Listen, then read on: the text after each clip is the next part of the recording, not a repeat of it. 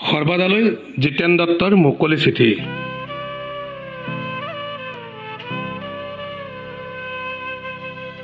কি বুলি সম্বোধন কৰিম আপোনাক? মুখ্যমন্ত্ৰী ডাঙৰীয়া নে সৰ্বাদা? বৰকৈ মনত পৰিছে আপোনালৈ 1985-86 চনৰ হাঁহি বিৰিঙি থকা এখন প্ৰোজ্জ্বল মুখ।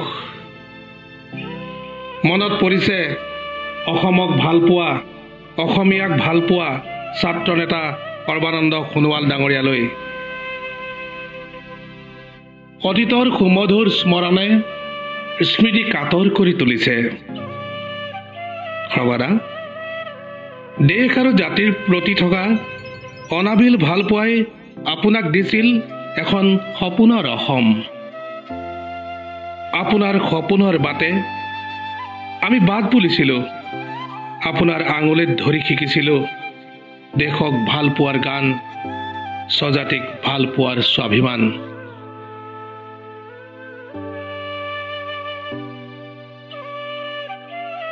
সিংহ পুৰুষ ললিত ৰাজখোৱা, ভৃগু ফুকন, ভৰত নৰহৰ অগ্নি বৰষা শব্দই চেতনাৰ ৰন্ধত সিঁচি দিছিল জাতীয় চেতনাৰ ৰঞ্জিত সপোন। দেশক ভাল পাওঁ বাবে, জাতিক ভাল পাওঁ বাবে দেহৰ শিৰাই উপশিৰাই সুমুৱাই লৈছিলোঁ জাতীয় শিক্ষাৰ পাঠ। মোৰ দেশ, মোৰ চেতনাই দিছিল মোক সাহসৰ কঠিন মুঠি। আই আৰু পিতাইৰ স্নেহৰ বান্ধোন ছিঙি এদিন স্বদেশ স্বজাতিৰ বাবে নিজৰ বৰ্তমানক পণ কৰি বাছি লৈছিলোঁ স্বাধীনতাৰ কণ্টকময় পথ।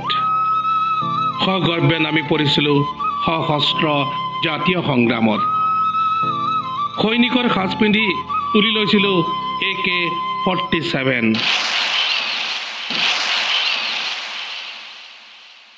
আদৰ্শগত সংঘাতৰ বাবে হয়তো পুনৰ উভতি আহিছোঁ জাতিৰ মাজলৈ, মানুহৰ মাজলৈ।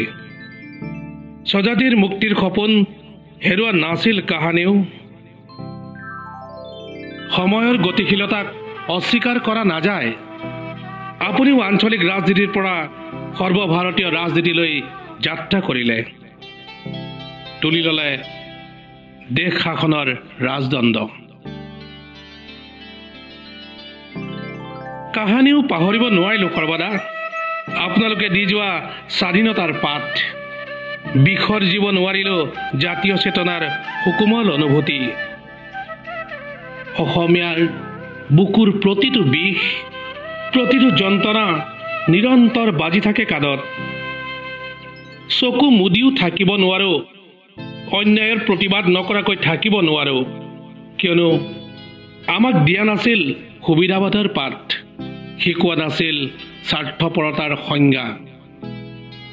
সৰ্বদা, বুকুত উকমুকাই থকা প্ৰতিবাদৰ সত্তাটোৰ বাবেই বিগত 18টা মাহত 3বাৰকৈ কাৰাগাৰৰ বন্দীত্ব কৰিছোঁ স্বীকাৰ। কেৱল অসমক ভাল পোৱাৰ বাবে, অসমীয়াক ভাল পোৱাৰ বাবে। কিন্তু ক'ত ভুল আছিল? কি ভুল আছিল মোৰ দেশক ভাল পোৱাত নে জাতিক ভাল পোৱাত? অসমৰ ৰাইজে আপোনাক গৌৰৱেৰে শিৰত পিন্ধাই দিছিল জাতীয় নায়কৰ ৰাজমুকুট, প্ৰদান কৰিছিল মুখ্যমন্ত্ৰীৰ শ্ৰেষ্ঠ আসন। কিন্তু সৰ্বদা, স্নেহৰ জাতীয় নায়ক আৰু অসমৰ মুখ্যমন্ত্ৰীৰ মাজত পৰিস্ফুট হ'ল এক বৃহৎ ব্যৱধান। আপোনাক সুধিব খুজিছোঁ সৰ্বদা, ছাত্ৰ নেতা হৈ থাকোঁতে আপুনি মুখ্যমন্ত্ৰীসকলক দিয়া সকিয়নিবোৰ পৰেনে মনত? অসম চুক্তি, খিলঞ্জীয়াৰ সুৰক্ষাৰ কৱচ, নদী বান্ধ, খিলঞ্জীয়াৰ সপোন কাঢ়িব খোজা কথাবোৰে ভাৰাক্ৰান্ত কৰেনে আপোনাক? কপেনে আপোনাৰ বুকু? আপোন উদাত্ত কণ্ঠবোৰ ভুৱা আছিল নেকি সৰ্বদা? ভুৱা আছিল নেকি? সঁচাই পাহৰি গ'ল নেকি অতীতবোৰ? নপৰেনে মনত কাহানিও নকৰেনে কাটৰ সেই দুখে? আচৰিত যায়নে মহাশয় আপোনাক এবাৰ? আপুনি বাৰু ভুল কৰিছে নেকি মহাশয়? এতিয়া অসমৰ ৰাজদণ্ডৰ ভাৰ এগৰাকী জাতীয় নায়কৰ হাতত। এগৰাকী সাহসী অসমীয়া ডিজিপি, আনজন মুখ্য সচিব। আপোনালোকৰ সম্ভ্ৰান্ত উপস্থিতিৰ পাছতো খিলঞ্জীয়াৰ সুৰক্ষা নিশ্চিতনে?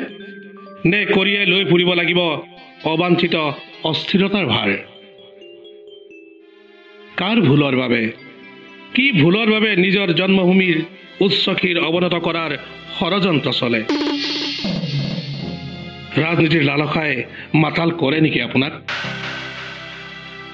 আপোনাক ক্ষমতা লাগে নে জাতিক লাগে সেই কথা বুজিব নোৱাৰিলো মহাশয়।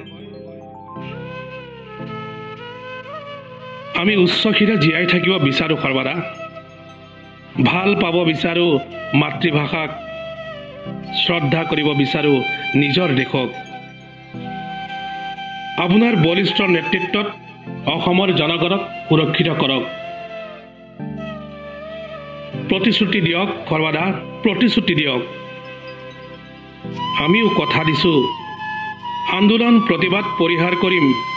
পুনৰবাৰ জাতিটোৰ কথা অন্তৰেৰে ভাবক সৰ্বদা। নহলে আমি উপায়হীনতাৰ বাবে নামিব লাগিব সংগ্ৰামত। কিয়নো সংগ্ৰামেইটো আমাৰ জীৱন।